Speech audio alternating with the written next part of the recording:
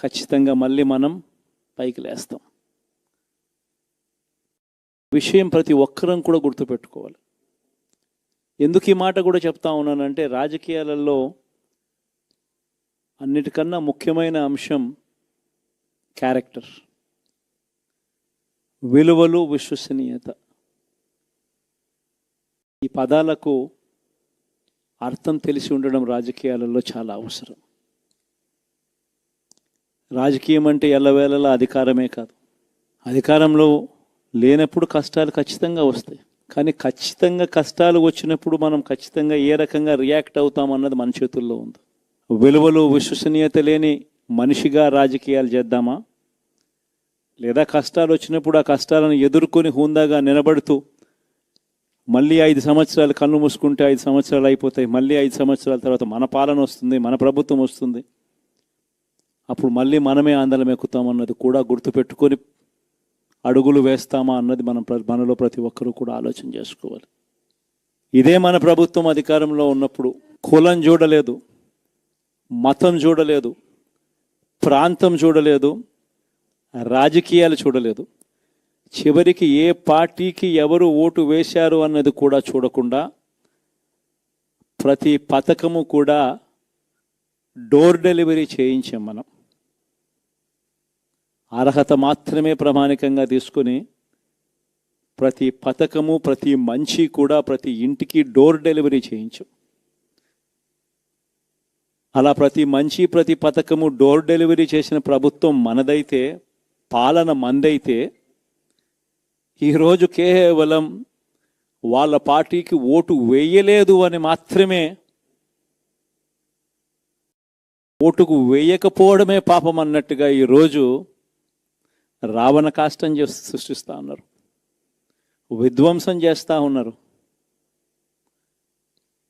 ఆస్తులు నష్టం చేస్తున్నారు, కొడతా ఉన్నారు, అవమానిస్తూ ఉన్నారు. ఇవన్నీ శిశుపాలుని పాపాల్లో భాగాలుగా ఇవన్నీ అప్పుడే పాపాలు మొదలయ్యాయి. ఒకవైపున మనమేమో మనకు ఓటు వేయకపోయినా కానీ ఏ రోజు కూడా డిస్క్రిమినేషన్ చూడలేదు. అటువంటి వాళ్లకు కూడా మనం డోర్ డెలివరీ చేసిన ప్రభుత్వం పాలన మందైతే, ఈరోజు కేవలం ఓటు వేయలేదన్న ఒకే ఒక కారణంతో ఏకంగా కొడతా ఉన్న పాలన వీళ్ళది. ఈ పాపం ఊరికే పోదు. రెండవ పాపం చంద్రబాబుది కూడా అప్పుడే పండింది. బహుశా కేంద్రం ఈ రకమైన కేంద్రంలో ఈ రకమైన పరిస్థితులు బహుశా ఎప్పుడు ఉండిండవేమో. ఈ రకంగా కేంద్రంలో 240 ఎంపీలు మాత్రమే వచ్చిన పరిస్థితులు, రాష్ట్రంలో ఏకంగా వీళ్ళకు కూడా ఈ మాదిరిగా మంచి నెంబర్లు వచ్చిన పరిస్థితులు, ఎన్డీఏలో మళ్ళీ చక్రం తిప్పుతా ఉన్న పరిస్థితులు. ఇలాంటి పరిస్థితుల్లో కూడా ప్రత్యేక హోదాను అడక్కపోవడం చంద్రబాబు చేసిన మరో పాపానికి కూడా మరో నాంది. ఇలాంటి పరిస్థితుల్లో కూడా ప్రత్యేక హోదా మనం అడిగి తెచ్చుకోలేకపోతే రాష్ట్రంలో ఏ ఒక్క యువకుడు కూడా క్షమించడు చంద్రబాబు నాయుడు. మనం కొంచెం ఈ పాపాలు పండేదాకా మనం గట్టిగా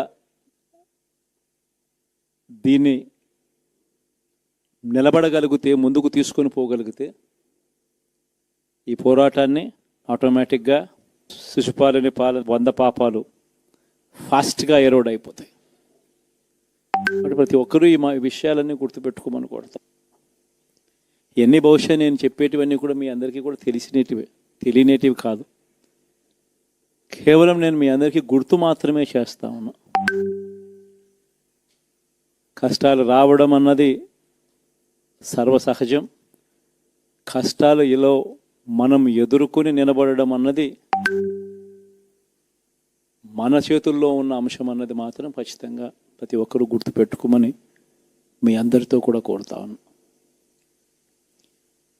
శాసనసభలో, చట్టసభలో మీ సభే అన్నిటికన్నా ముఖ్యమైన సభ అవుతుంది. ఓటు వేయలేదు అన్న ఒకే ఒక కారణంతో మనుషుల్ని కొడతా ఉన్న పరిస్థితుల్లో, మనుషుల్ని అవమానిస్తూ ఉన్న పరిస్థితుల్లో, మనుషుల్నే బలవంతంగా ఆస్తి నష్టం చేస్తూ ఉన్న పరిస్థితుల్లో ఇక ప్రతిపక్షం ఉన్నది ఒకటే ఒక పార్టీ, ఆ పార్టీకి అవకాశం ఇవ్వాలా అన్న కనీస నైతిక విలువలు వాళ్ళు పాటిస్తారన్న నమ్మకం నాకైతే లేదు. కాబట్టి మీరు చేయాల్సిన పాత్ర గొప్పది, చాలా ఉంది అన్నది మాత్రం గుర్తుపెట్టుకోండి. రాబోయే రోజుల్లో యాక్టివిటీ లెవెల్స్ అనేది ఆటోమేటిక్లీ పెరుగుతాయి.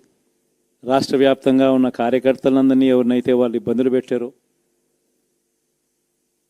ఖచ్చితంగా వాళ్ళందరికీ మనోధైర్యం ఇస్తూ వాళ్ళ గ్రామాలకు వెళ్ళి వాళ్ళకు తోడుగా ఉండే కార్యక్రమాలు చేసే కార్యక్రమాలు జరుగుతాయి. రాబోయే రోజుల్లో ఇంకా టైం గడిచే కొద్దీ ప్రజల్లోకి వెళ్ళే కార్యక్రమాలు ఇంకా ముమ్మరం అవుతూ పోతాయి. చివరికి ప్రజల్లోనే ఉంటాం.